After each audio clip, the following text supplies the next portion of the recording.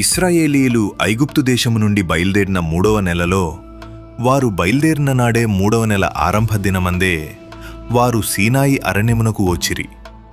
వారు రెఫీదీము నుండి బయలుదేరి సీనాయి అరణ్యమునకు వచ్చి ఆ అరణ్యమందు దిగిరి. అక్కడ ఆ పర్వతము ఎదుట ఇశ్రాయేలీయులు విడసిరి. మోషే దేవుని యొద్దకు ఎక్కిపోవగా యెహోవా ఆ పర్వతము నుండి అతని పిలిచి, నీవు యాకోబు కుటుంబీకులతో ముచ్చటించి ఇశ్రాయేలీయులకు తెలుపవలసినదేమనగా, నేను ఐగుప్తీయులకు ఏమీ చేసి తినో మిమ్మును గద్దరెక్కల మీద మోసి నా యొద్దకు మిమ్మునెట్లు చేర్చుకొంటినో మీరు చూచితిరి. కాగా మీరు నా మాట శ్రద్ధగా విని నా నిబంధనననుసరించి నడిచిన ఎడల మీరు సమస్త దేశ జనులలో నాకు స్వకీయ సంపాద్యమగుదురు.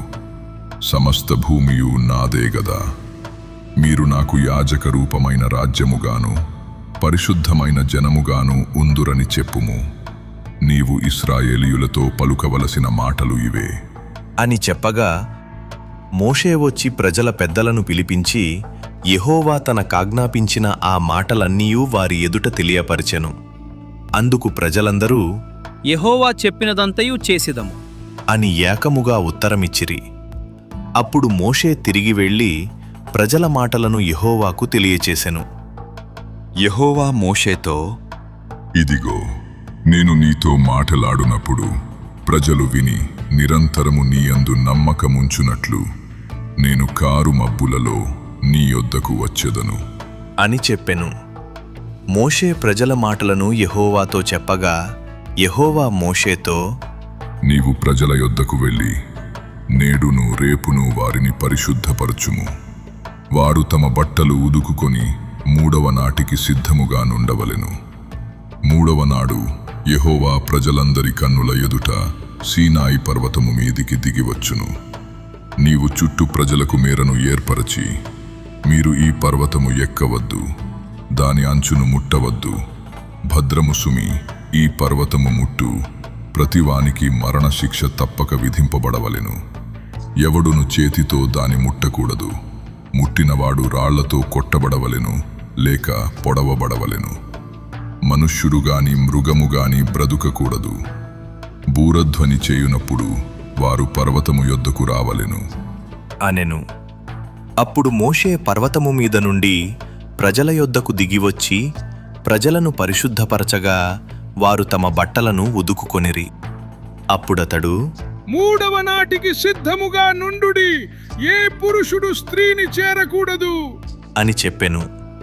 3వ నాడు ఉదయమైనప్పుడు ఆ పర్వతము మీద ఉరుములు, మెరుపులు, సాంద్రమేఘము, బూర యొక్క మహాధ్వనియు కలుగగా పాళెములోని ప్రజలందరూ వణకిరి.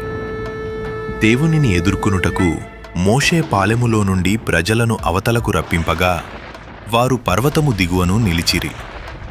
యెహోవా అగ్నితో సీనాయి పర్వతము మీదికి దిగివచ్చినందున అదంతయు ధూమమయమయ్యుండెను. దాని ధూమము కొలిమి ధూమము వలె లేచెను. పర్వతమంతయు మిక్కిలి కంపించెను. ఆ బూరధ్వని అంతకంతకు బిగ్గరగా మ్రోగెను. మోషే మాటలాడుచుండగా దేవుడు కంఠస్వరము చేత అతనికి ఉత్తరమిచ్చుచుండెను. యెహోవా సీనాయి పర్వతము మీదికి, అనగా ఆ పర్వత శిఖరము మీదికి దిగివచ్చెను. యెహోవా పర్వత శిఖరము మీదికి రమ్మని మోషేను పిలువగా మోషే ఎక్కిపోయెను. అప్పుడు యెహోవా, ప్రజలు చూచుటకు యెహోవా యొద్దకు హద్దుమీరి వచ్చి వారిలో అనేకులు నశింపకుండునట్లు నీవు దిగిపోయి వారికి ఖండితముగా ఆజ్ఞాపించుము. మరియు యెహోవా వారి మీద పడకుండునట్లు యెహోవా యొద్దకు చేరు యాజకులు తమ్ము తామే పరిశుద్ధపరచుకొనవలెను అని మోషేతో చెప్పగా మోషే యెహోవాతో, ప్రజలు సీనాయి పర్వతము ఎక్కలేరు.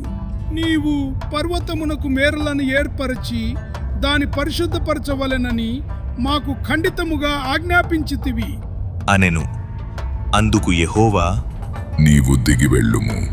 నీవును నీతో అహరోనును ఎక్కి రావలెను. అయితే యెహోవా వారి మీద పడకుండునట్లు యాజకులును ప్రజలును ఆయన యొద్దకు వచ్చుటకు మేరను మీరకూడదు. ఆయన వారి మీద పడునేమో అని అతనితో చెప్పగా మోషే ప్రజల యొద్దకు వెళ్ళి ఆ మాట వారితో చెప్పెను.